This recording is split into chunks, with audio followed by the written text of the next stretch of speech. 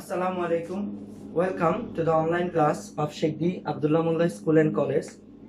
I'm your teacher, Mohammad Shohan Sarkar, giving you this lecture for the students of class 9 and 10 as well. And today's class is on grammar, and question number 1 and question number 2 will be given on this grammar.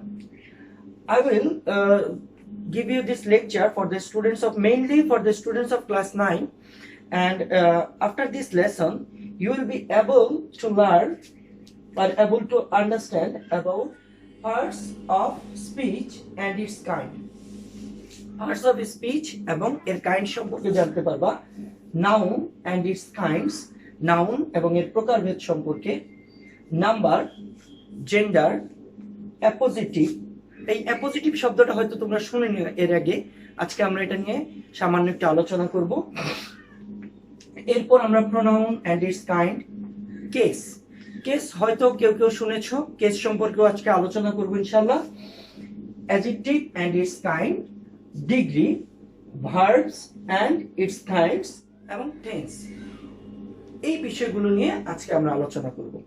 প্রথমেই যে বিষয়টা আসে সেটা হচ্ছে parts of speech. Parts মানে কি? Parts of শব্দের অর্থ হচ্ছে অংশ, এবং স্পিচ মানে হচ্ছে বাক্য বা উক্তি।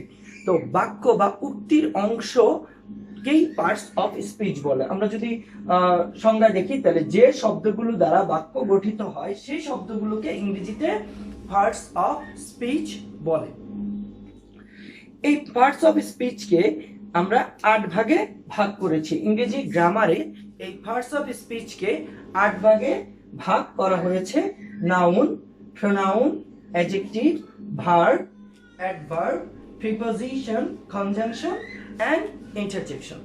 আজকে আমরা মূলত এই 4টি বিষয় নিয়ে আলোচনা করব, এবং নেক্সট ক্লাসে ইনশাআল্লাহ আমরা পরবর্তী এই 4টি বিষয় নিয়ে আলোচনা করব। তো আজকে আমরা যখন এই 4টি বিষয় নিয়ে আলোচনা করব, কিন্তু আমাদের আজকে আমরা সবগুলো অর্থটা জেনে নিই। নাউন শব্দের অর্থ বিশেষ্য, এখানে আমরা নাম ব্যবহার করি। প্রোনাউন অর্থ সর্বনাম, অ্যাডজেক্টিভ বিশেষণ, অ্যাডভার্ব ক্রিয়া, ভার্ব ক্রিয়া, অ্যাডভার্ব ক্রিয়া বিশেষণ, প্রিপোজিশন পদোন্নয়ী অব্যয়, কনজাংশন সংযোজক, এবং ইন্টারজেকশন বিস্ময়সূচক অব্যয়। প্রথমেই আমরা নাউন সম্পর্কে জানবো। নাউন কি? নাউন দ্বারা আমরা যে কোনো ব্যক্তি, বস্তু, বিষয়বস্তুর উপর নামকে প্রকাশ করি। নাউন মানেই ধরে নিতে হবে কোনো ব্যক্তি, বস্তু, স্থান, পরিবেশ, কাল, যে কোনো গুণ, যে কোনো কিছুর নামকে বোঝানো হবে। যেমন স্টুডেন্ট মানে ছাত্র, ডে মানে দিন, লেবার মানে মজুর, ক্লার্ক কেরানি, ট্রি গাছ, টেম্পল মন্দির, এই জাতীয় যত নাম পাবা, তোমার আমার যত নাম আছে সবই নাউনের মধ্যে পড়বে। যেমন ধরো রহিম প্রতিদিন সকালে হাঁটে, রহিম ওয়াকস এভরি মর্নিং। এখানে এই রাহিম শব্দটি হচ্ছে নাউন। এরপরে আমরা আসি নাউনের প্রকারভেদ। নাউন মূলত 5 প্রকার। কি কি? Proper noun, common noun, collective noun, material noun and abstract noun. এই 5 প্রকার সম্পর্কে আমরা যদি সংজ্ঞায়িত করি তাহলে যে বিষয়টা পাই সেটা আসে প্রপার নাউন। প্রপার নাউন দ্বারা আমরা কোনো নির্দিষ্ট ব্যক্তি, বস্তু, স্থান, প্রাণী, দিন, মাস ইত্যাদির নাম বলি। মানে কোনো একটা বিষয়ের যখন আমরা নাম রেখে দেই তখন সেই নামগুলোকে আমরা প্রপার নাউন বলি। যেমন ধরো রাম, কলকাতা, ঢাকা, ডিসেম্বর, ইংল্যান্ড, একটু আগে আমরা শুনেছিলাম রহিম, এই সবগুলাই প্রপার নাউন। এরপরে আসো কমন নাউন। কমন নাউন কি? কমন নাউন হচ্ছে কোনো ব্যক্তি বা বস্তুকে না বুঝিয়ে সাধারণ একটি জাতিকে বোঝানো হয়। মানে একটি নাম দ্বারা একেবারে ওই জাতের যত কিছু আছে সবগুলোকে এক নামে প্রকাশ করে। যেমন ধরো ম্যান। ম্যান মানে কি? মানুষ। এখানে একজন মানুষকে না বুঝিয়ে মানব জাতিটাকে বোঝানো হচ্ছে। বুক মানে বই। এখন বই কি একটা বই? না, এখানে আমরা বোঝাচ্ছি কি পৃথিবীতে যত বই আছে সবগুলো বইকেই আমরা এক অর্থে প্রকাশ করি। এখানে যত বই আছে সবগুলো বইকেই আমরা কমন নাউনে প্রকাশ করি। এবার আসো কালেকটিভ নাউন।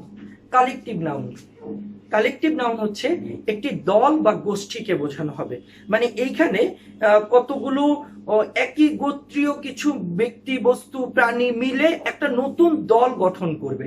যেমন ধরো আর্মি, আর্মিতে কিন্তু একজন সৈন্য থাকে না, অবশ্যই আর্মিতে একটি দল, এক গুচ্ছ ট্রেন্ড পার্সন থাকে যারা প্রশিক্ষণপ্রাপ্ত, তাদেরকে আমরা আর্মি বলি, পুলিশ বলি। এরকম আমরা বিভিন্ন টিম গঠন করি, যেমন আমাদের ক্রিকেট খেলার একটা টিম আছে, বাংলাদেশ ক্রিকেট টিম, ফুটবল খেলার টিম আছে, এরকম টিম গঠন করি। আবার এটা টিমটা আবার বিভিন্ন কাজের জন্য হতে পারে। এরকম টিম যদি আমরা গঠন করি তখন এগুলাকে আমরা বলি collective noun. Material noun, material মানেই কি? ম্যাটেরিয়াল মানেই হচ্ছে বস্তু। তো ম্যাটেরিয়াল মানেই বস্তুগত যত ধাতব পদার্থ আছে সেগুলোকে আমরা একত্রে ম্যাটেরিয়াল নাউন বলি। এখানে উড, কাঠ, আয়রন, লোহা, গোল্ড, স্বর্ণ, অয়েল, তোল, ওয়াটার, পানি, এই সবই কি কোনো না কোনো ধাতু। এখন এটা তরল হতে পারে, বায়বীয় হতে পারে, আবার কঠিন হতে পারে, কঠিন, তরল, বায়বীয়, যে কোনো ধরনের পদার্থ হতে পারে। পদার্থ হলেই সেটা ম্যাটেরিয়াল নাউন। এবার হচ্ছে অ্যাবস্ট্রাক্ট নাউন। অ্যাবস্ট্রাক্ট নাউন কি? এতক্ষণ আমরা যে চারটা নাউন পড়েছি, এই চারটা নাউনের ব্যক্তি, বস্তু, প্রাণী, সংখ্যা, স্থান যাই থাকুক এগুলোকে স্পর্শ করা যায়, কিন্তু এখন যেগুলো সম্পর্কে পড়বো এটা কি স্পর্শ করা যায় না, ধরা যায় না, ছোঁয়া যায় না, কোনো কিছুই করা যায় না। কি করা যায়? শুধু অনুভব করা যায়, শুধু অনুভব করা যায়। এখানে গুণ থাকতে পারে, দোষ থাকতে পারে, মনের অবস্থা থাকতে পারে, এই সবগুলা জিনিসকে আমরা কি বলি? Abstract noun. এখানে বিউটি, বিউটি মানে কি? সৌন্দর্য। তারপরে কাইন্ডনেস, দয়া, উইজডম, জ্ঞান, ডেথ, মৃত্যু। এখন বলবে যে স্যার মৃত্যু তো দেখছি না, মৃত্যু আমরা কিন্তু কখনোই দেখি না। আমরা কি দেখি? জীবিত ব্যক্তি দেখি, মৃত ব্যক্তি দেখি, মৃত লাশ দেখি, এর মাঝখানে কি থাকে? মৃত্যু। মৃত্যু কখনো দেখা যায় না। কেউ সুন্দর না বিশ্রী এটা কিন্তু আমরা দেখে বুঝতে পারি। দেখলে এটা আমাদের মনের মধ্যে যদি আসে সুন্দর তাহলে সুন্দর, আর যদি সুন্দর না হয় তাহলে সুন্দর না। তো বিউটিটাও কি? এটা দেখাও যায় না, ধরাও যায় না, ছোঁয়াও যায় না, জাস্ট অনুভব করা যায়। এই হচ্ছে আমাদের সংজ্ঞা। এখন আমরা আরো কিছু জানি। এই নাউনগুলোকে দুইটা ভাগে ভাগ করা হয়েছে, একটা হচ্ছে কাউন্টেবল নাউন, একটা হচ্ছে আনকাউন্টেবল নাউন। কাউন্টেবল নাউন কি? কাউন্টেবল নাউন হচ্ছে যেগুলোকে আমরা গণনা করতে পারি, সেগুলোকে আমরা কি বলবো? Countable noun. যেমন মানুষ, একজন মানুষ, দুইজন মানুষ, তিনজন মানুষ, একটা বই, দুইটা বই, তিনটা বই, এগুলোকে আমরা কি বলি? Countable noun. আবার যে নাউনগুলোকে আমরা গণনা করতে পারি না তাকে বলি আমরা আনকাউন্টেবল নাউন। যেমন ধরো অনেক কিছু আছে আমরা গণনা করতে পারি কিন্তু আমরা গুণে কিনি না বা গুণে আমরা হিসাব করি না। যেমন ধরো বইয়ের পেজ, অনেকগুলো পেজ আছে, আমরা কি বলি যে এই বইয়ে 50টা পেজ আছে, এই অনুযায়ী দাম দেন? বলি না। আবার ধরো চাল কিনতে গেলাম, তো চালটাকে আমরা কি বলি? এই 20টা চাল দেন, 100 চাল দেন, 1000 চাল দেন, এভাবে বলি? বলি না। আমরা কিভাবে বলি? 1 কেজি চাল দেন, যেগুলোকে আমরা পরিমাপ করে কিনি। পানি, 1 গ্লাস পানি, গ্লাসটা বড় হতে পারে তখন পানি বেশি হবে, গ্লাস ছোট হতে পারে তখন গ্লাসে পানি কম হবে। তো এই যে গণা যায়, এই গণনা করা যায় যে জিনিসগুলোকে, সেইগুলোকে আমরা নাম্বার দ্বারা প্রকাশ করি। মানে এগুলা কি একটি না একের অধিক? যদি একটি মাত্র ব্যক্তি বা বস্তুকে বোঝায় তবে ওটাকে আমরা বলি সিঙ্গুলার নাম্বার। আর যদি যে নাউনগুলোকে গণনা করা যায় কিন্তু একের অধিক, মানে 2, 3, 4, 5 যত সংখ্যা হোক সবগুলোকেই আমরা বলি প্লুরাল নাম্বার। যেমন ধরো বুক, ব্রাদার, কাউ, ট্রি, এগুলোকে আমরা গণনা করতে পারি, একটা বই, দুইটা বই। তো বুকের প্লুরাল হচ্ছে বুকস। ভাই, ব্রাদার, অনেকগুলা ভাই, brothers. Cow, cows. Tree, trees. তো এভাবেই আমরা এগুলোকে ব্যবহার করি। আবার নাউনকে আবার জেন্ডারেও পার্থক্য করা হয়েছে। জেন্ডার মানে কি? জেন্ডার মানে হচ্ছে লিঙ্গ, মানে এটা কি ছেলে, মেয়ে উভয়কেই বোঝাচ্ছে নাকি কোনোটাকেই বোঝাচ্ছে না, এভাবে আমরা এগুলোকে সংজ্ঞায়িত করেছি। যদি ছেলে হয় বা পুলিঙ্গ হয় তাহলে এটাকে আমরা বলি মেসকুলিন জেন্ডার। যেমন ধরো মেন মানে পুরুষ, বয়, ব্রাদার মানে ভাই, তো বুল, হি, ডগ, কোক, এই সবগুলাই হচ্ছে মেসকুলিন জেন্ডার। ফেমিনিন জেন্ডার কি? ফেমিনিন জেন্ডার মানে এখানে সকল মেয়েদেরকে বোঝায়, নারী জাতিকে। যেমন গার্লস, মাদার, উইমেন, শি, হেন, এই জাতীয় প্রাণী জাতীয় যেগুলো মেয়ে, সেগুলোকে আমরা এই ফেমিনিন জেন্ডারে রাখি। নিউটার জেন্ডার কি?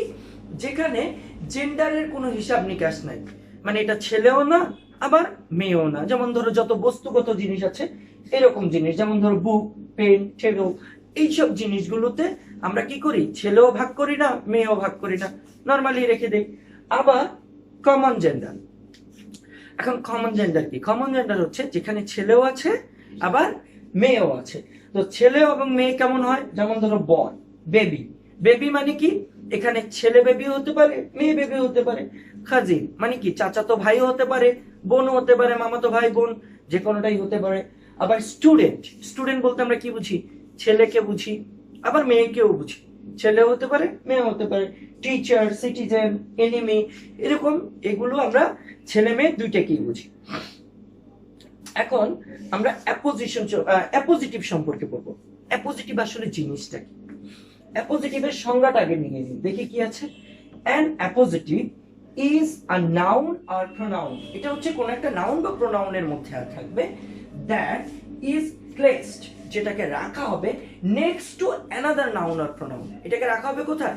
অন্য একটা নাউন বা প্রোনাউনের পাশে, টু আইডেন্টিফাই, যেখানে আইডেন্টিফাই করা হবে, বিভিন্ন সংজ্ঞায় সংজ্ঞায়িত করা হবে, অথবা এটাকে আমি চিহ্নিত করতে পারি, অথবা নতুন কোনো ইনফরমেশন এটাকে দিতে পারি, or give another additional information, অন্যান্য তথ্য এখানে দিতে পারি। যেমন ধরো, my friend Paolo sends me long letters from Brazil.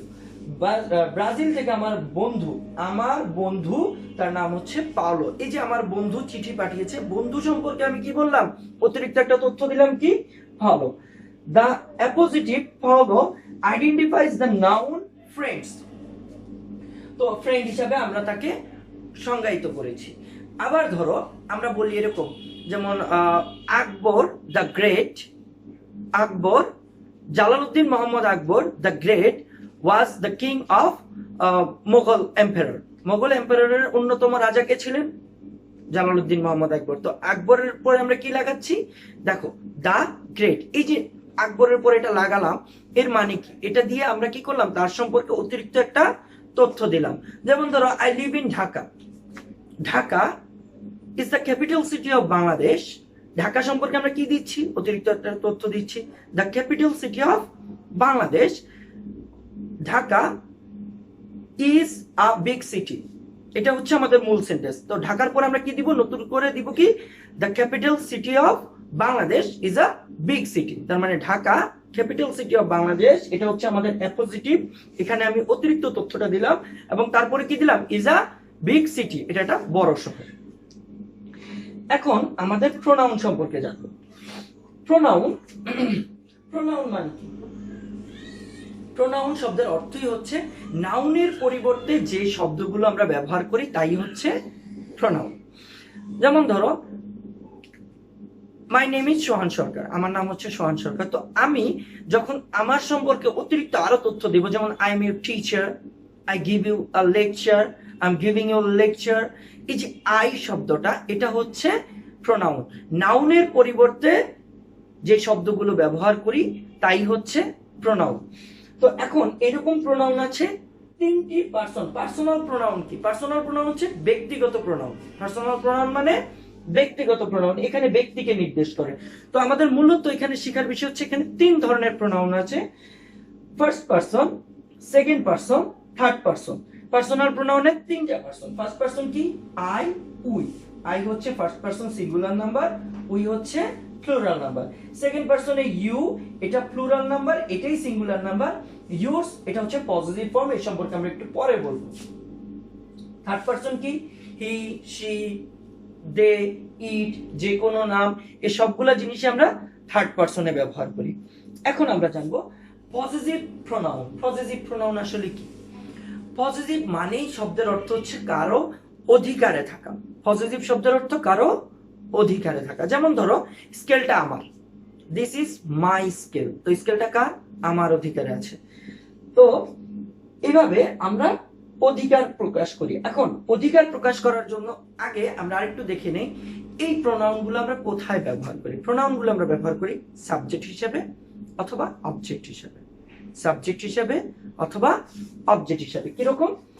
I, এটা হচ্ছে সাবজেক্ট ফর্ম, মানে ভার্বের আগে যদি থাকে তাহলে সাবজেক্ট, ভার্বের পরে থাকলে অবজেক্ট। আমি আবার বলছি, ভার্বের আগে যদি থাকে তাহলে সাবজেক্ট, ভার্বের পরে থাকলে অবজেক্ট।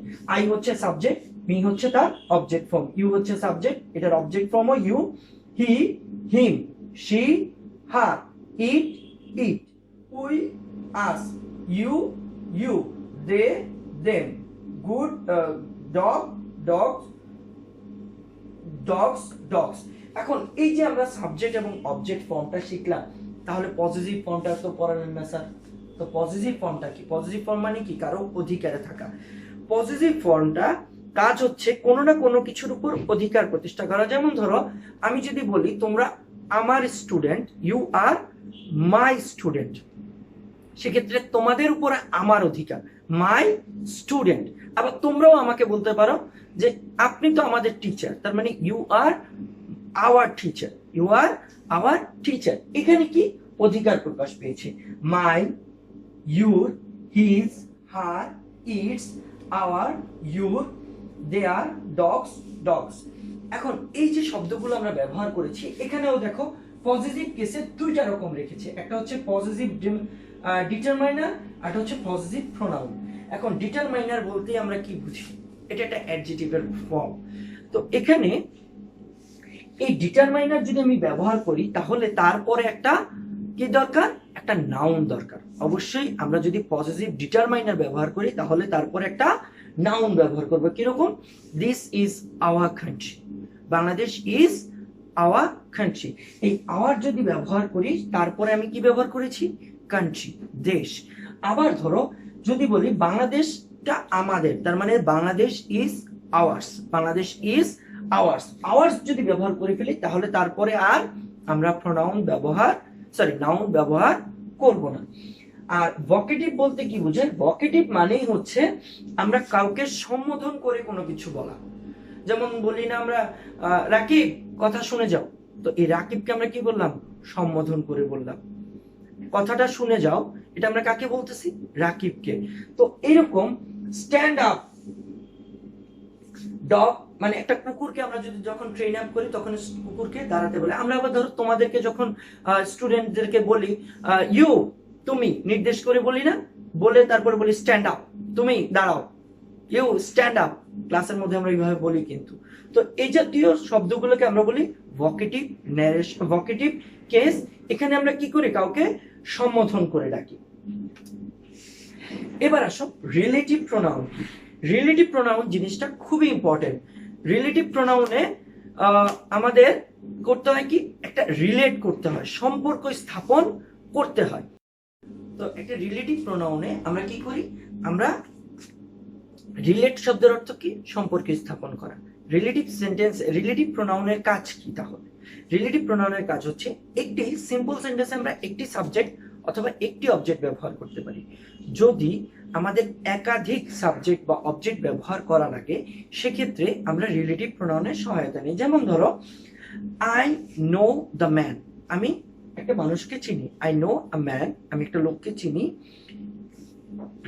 হি লিভস হিয়ার, সে এখানে বসবাস করে। এখানে দেখো আই নো আ ম্যান বা দ্য ম্যান, আমি লোকটাকে চিনি।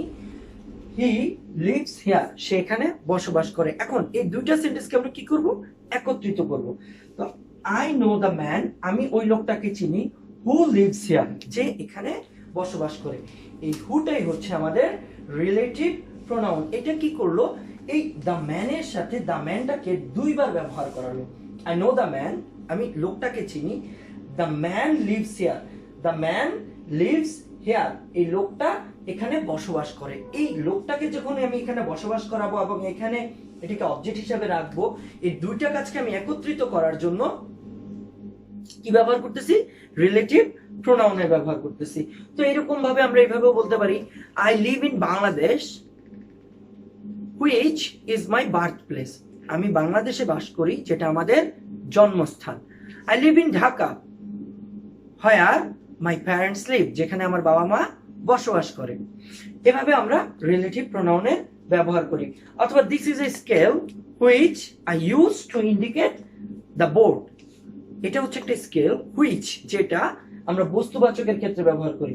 হুটা ব্যক্তিবাচকের ক্ষেত্রে সিঙ্গুলার ফর্মে, হুজ বস্তুবাচকের ক্ষেত্রে ব্যক্তিবাচকের ক্ষেত্রে প্লুরাল ফর্মে, হুম এটা অবজেক্ট ফর্মে, দ্যাট যেটা হুইচ বস্তুবাচক, এই দ্যাট আর হুইচটা আমরা বস্তুবাচকের ক্ষেত্রে ব্যবহার করি। দ্যাটটা অনেক সময় ব্যক্তিবাচকের ক্ষেত্রে ব্যবহার করি।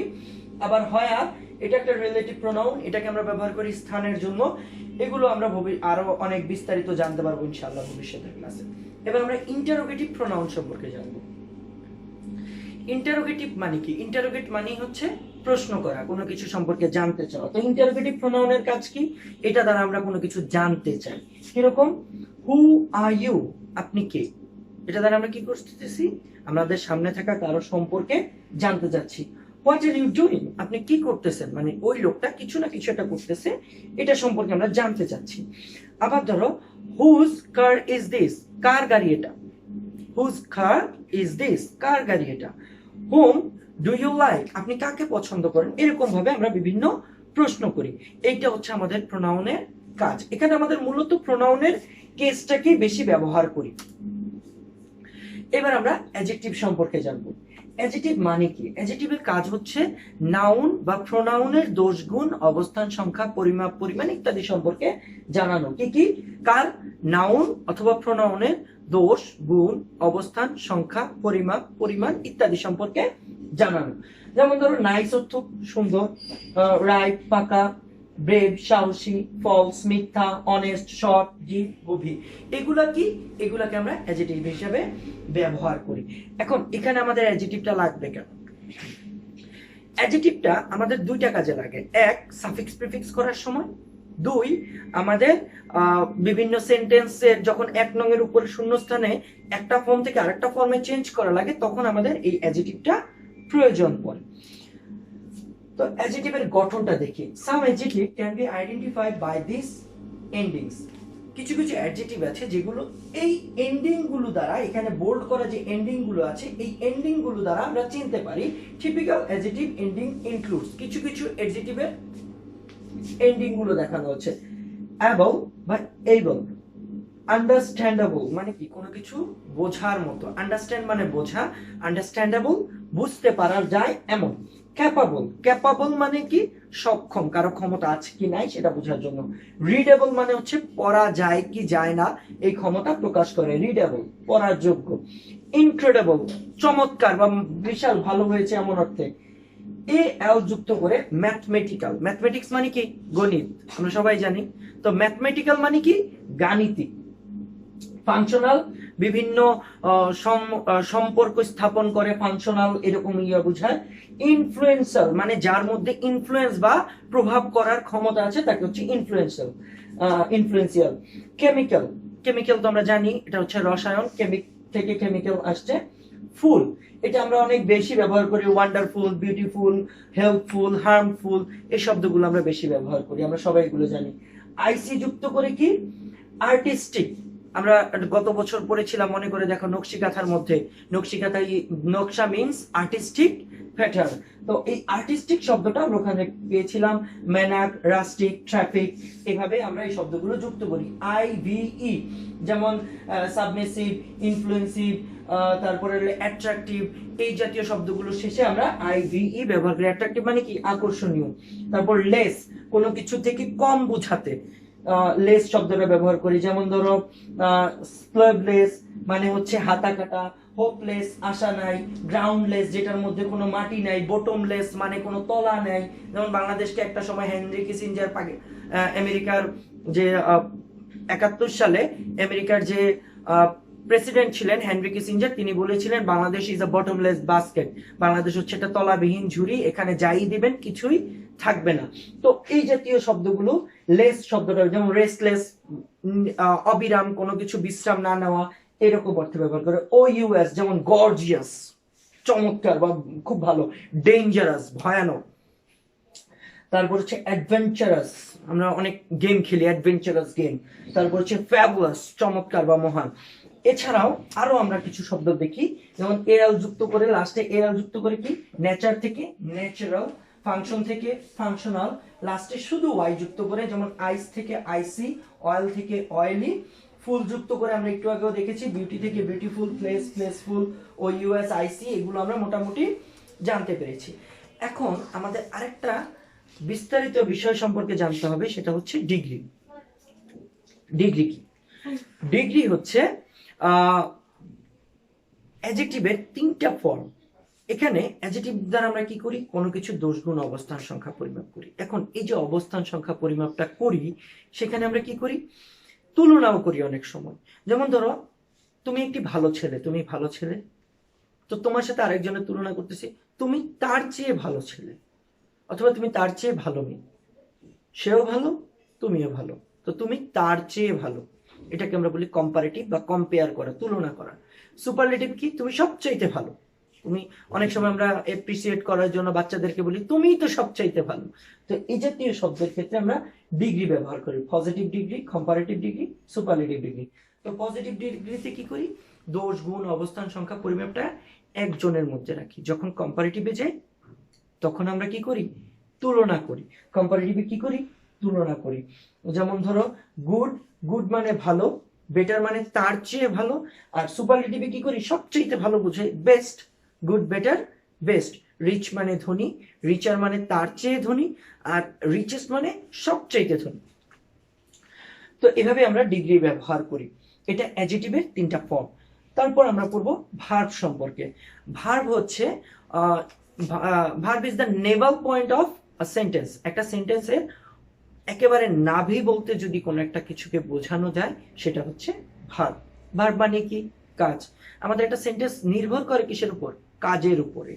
তো এই কাজ কি, লুক মানে তাকাও, রান দৌড়ানো, সি দেখা, ওপেন খোলা, রিড পড়া, স্ট্যান্ড দাঁড়ানো, এই জাতীয় শব্দগুলো তো আমরা খুব সহজেই জানি, ভার্ব মানে কাজ করা। এখন এই ভার্বের উপর নির্ভর করেই কিন্তু আমাদের এই টেন্সটা গঠিত হয়েছে। ভার্বের উপর নির্ভর করেই টেন্স গঠিত হয়েছে। তো এই টেন্স কয় প্রকার, তিন প্রকার আমরা জানি, present tense, first tense, future tense. তো প্রেজেন্ট, ফার্স্ট এন্ড ফিউচার, এই তিনটা টেন্সকে আবার এক একটা টেন্সকে, প্রতিটা টেন্সকে আবার চারটা ভাগে ভাগ করেছে। আমরা ছোটবেলায় এগুলো পড়েছি নিশ্চয়ই। কি কি আছে, indefinite, continuous, perfect and perfect continuous. প্রতিটা টেন্সকে এভাবে আমরা চারটা করে ভাগ করেছি। আমরা রাইট ফর্ম অফ ভার্ব পড়ার সময় ইনশাআল্লাহ এগুলো সম্পর্কে অনেক বিস্তারিত জানতে পারবো। এখন আমরা ভার্বের আরো কিছু রকম দেখি, কি রকম রকম আছে আমাদের দেখো। Finite verb, non finite verb, principal verb, auxiliary verb, transitive verb, intransitive verb, এখানে ইনফিনিটিভ বা জিরান, পার্টিসিপল, এরকম অনেক কিছু আছে। ভার্বের অনেক রকমের ভার্ব আছে, এগুলো সম্পর্কে একটু দেখি। আমরা ফাইনাইট ভার্ব সম্পর্কে একটু জানি। ফাইনাইট ভার্ব কি, ফাইনাইট ভার্ব হচ্ছে যে ভার্ব টেন্স ও পার্সন অনুযায়ী পরিবর্তিত হয়। যে ভার্ব টেন্স ও পার্সন অনুযায়ী পরিবর্তিত হয় তাকে আমরা বলি ফাইনাইট ভার্ব। যেমন ধরো I go to school, I go to school, আমি স্কুলে যাই। হি গোজ টু স্কুল, দেখো পার্সনের পরিবর্তন হয়েছে, আয়ের জায়গায় হি এসেছে, তাহলে কি হয়ে গেছে, গোটা গোজ হয়ে গেছে। এই গোজটা হচ্ছে ফাইনাইট ভার্ব। আবার ধরো টেন্সের যখন পরিবর্তন হবে, আই গো টু স্কুল, আমি স্কুলে যাই, আই ওয়েন্ট টু স্কুল, আমি স্কুলে যেতাম। তো এটা কি, পার্সনের পরিবর্তন হয়েছিল প্রথমটায়, এখন একটা হয়েছে টেন্সের পরিবর্তন। তো নন ফাইনাইট ভার্ব কি, যে ভার্ব টেন্স ও পার্সন অনুযায়ী পরিবর্তন হয় না। কিরকম ভাবে হয় না দেখো, এই ধরো আই সি হিম, আমি তাকে দেখি, কি করতে, টু গো, যাইতে দেখি। I see him to go, আমি তাকে যাইতে দেখতাম। I saw him to go, I saw, সিটা স হয়েছে, টু গোটা কিন্তু অপরিবর্তিত আছে। এভাবে আমরা নন ফাইনাইট ভার্ব করি। নন ফাইনাইট ভার্বের আবার তিন প্রকার আছে, কি কি, ইনফিনিটিভ, পার্টিসিপল, জিরান।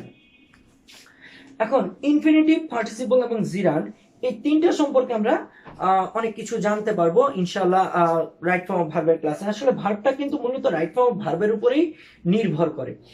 এছাড়াও আমরা আরো দুই রকমের ভার্ব চিনি, যেমন ধরো action verb, linking verb. Action verb, linking verb. Action verb কি, যেমন আই টিচ ইউ, আমি তোমাদেরকে পড়াচ্ছি, আমি কি কাজ করি, আমি পড়াচ্ছি। আবার ধরো লিঙ্কিং ভার্বটা কি তাহলে? লিঙ্কিং ভার্ব আসলে কোনো ভার্ব না, এটা কোনো কাজ করে না, কিন্তু এটা ভার্ব। কি করে? ও সাবজেক্ট এবং অবজেক্টের মধ্যে একটা সম্পর্ক স্থাপন করে। কিরকম? আই এম ইউর টিচার, আমার teacher, I am your teacher, আমি যে তোমাদের শিক্ষক। এখানে কে কাজ করতেছে? কোনো কাজ নাই। আই টিচ ইউ, আমি তোমাদেরকে পড়াচ্ছি, এখানে কি হচ্ছে? আমি কাজ করতেছি। কিন্তু যখন আই এম ইউর টিচার, আমি তোমাদের শিক্ষক, সেখানে কোনো কাজ করতেছি না। এখানে কি করতেছে? আমি এবং তোমরা, এই আমার এবং তোমার মধ্যে একটা সম্পর্ক স্থাপন করতেছে। আমার এবং তোমাদের মধ্যে সম্পর্ক স্থাপন করতেছে, এটাকে আমরা বলি লিঙ্কিং ভার্ব। এখন এই অ্যাকশন ভার্ব আর লিঙ্কিং ভার্ব, এখানে আমরা মোটামুটি অ্যাকশন ভার্ব এবং লিঙ্কিং ভার্ব সম্পর্কে জানতে পারলাম। এই অ্যাকশন ভার্বের আবার দুইটা রকম আছে, একটা ডিরেক্ট, একটা ইনডিরেক্ট। সাবজেক্ট থাকতেও পারে, অবজেক্ট থাকতে পারে। অবজেক্ট থাকলে কি হবে, না থাকলে কি হবে? অবজেক্ট যদি থাকে, যেসব ভার্বের অবজেক্ট আছে তাকে আমরা বলি ট্রানজিটিভ ভার্ব, আর যেটাকে অবজেক্ট নাই তাকে আমরা বলি ইনট্রানজিটিভ ভার্ব। এখন ট্রানজিটিভ ভার্বের মধ্যে অবজেক্টটা কি স্যার? যদি ভার্বকে কি অথবা কাকে দ্বারা প্রশ্ন করলে, ভার্বকে কি অথবা কাকে দ্বারা প্রশ্ন করলে যে উত্তর আসবে তাকে আমরা বলি ট্রানজিটিভ ভার্ব। যেমন ধরো, আই ইট রাইস, আমি ভাত খাই, আমি কি খাই? ভাত খাই। আই টিচ ইউ, আমি পড়াচ্ছি, আমি কাকে পড়াচ্ছি? তোমাকে পড়াচ্ছি। কিন্তু আই গো টু স্কুল, আমি স্কুলে যাই, আমি কি যাই? উত্তর নেই। আমি কাকে যাই? উত্তর নেই। কিন্তু আমি যদি জিজ্ঞেস করি আমি কোথায় যাই, তাহলে আমি স্কুলে যাই। এখানে আমি তো কাকে দ্বারা প্রশ্ন করতে পারবো, কি দ্বারা প্রশ্ন করতে পারবো, কিন্তু কোথায় দ্বারা প্রশ্ন করতে পারবো না। সুতরাং এই যে অপশন গুলো আছে, যেখানে আমি কি অথবা কাকে দ্বারা প্রশ্ন করলে উত্তর পাবো না, তখন এগুলোকে আমরা বলবো এক্সটেনশন। এগুলোকে আমরা কি বলবো? এক্সটেনশন। আর যেগুলোতে উত্তর পাবো তাকে আমরা বলবো অবজেক্ট। এখন আমরা অক্সিলিয়ারি ভার্ব সম্পর্কে জানবো। প্রিন্সিপাল ভার্ব এবং অক্সিলিয়ারি ভার্ব। প্রিন্সিপাল ভার্ব কি? যে ভার্ব মূল ভার্ব হিসেবে কাজ করে তাকে প্রিন্সিপাল ভার্ব বলে। যে ভার্ব মূল ভার্বের সহায়তা করার জন্য আসে তাকে আমরা বলি অক্সিলিয়ারি ভার্ব। এখন অক্সিলিয়ারি ভার্বের মূলত দুইটা রকম, একটা হচ্ছে প্রাইমারি অক্সিলিয়ারি ভার্ব, আর একটা হচ্ছে মডাল অক্সিলিয়ারি ভার্ব। তো প্রাইমারি অক্সিলিয়ারি ভার্বের মধ্যে তিনটা রকম আছে, ডু ভার্ব, হ্যাভ ভার্ব এবং be verb. Do verb, have verb, be verb. এখন বি ভার্বের মধ্যে আছে am, is, are, was, were, been. আবার বি ভার্বের রূপ এগুলো। আবার ডু ভার্বের মধ্যে আছে কি? ডু, ডাজ, ডিড, ডান, এগুলো।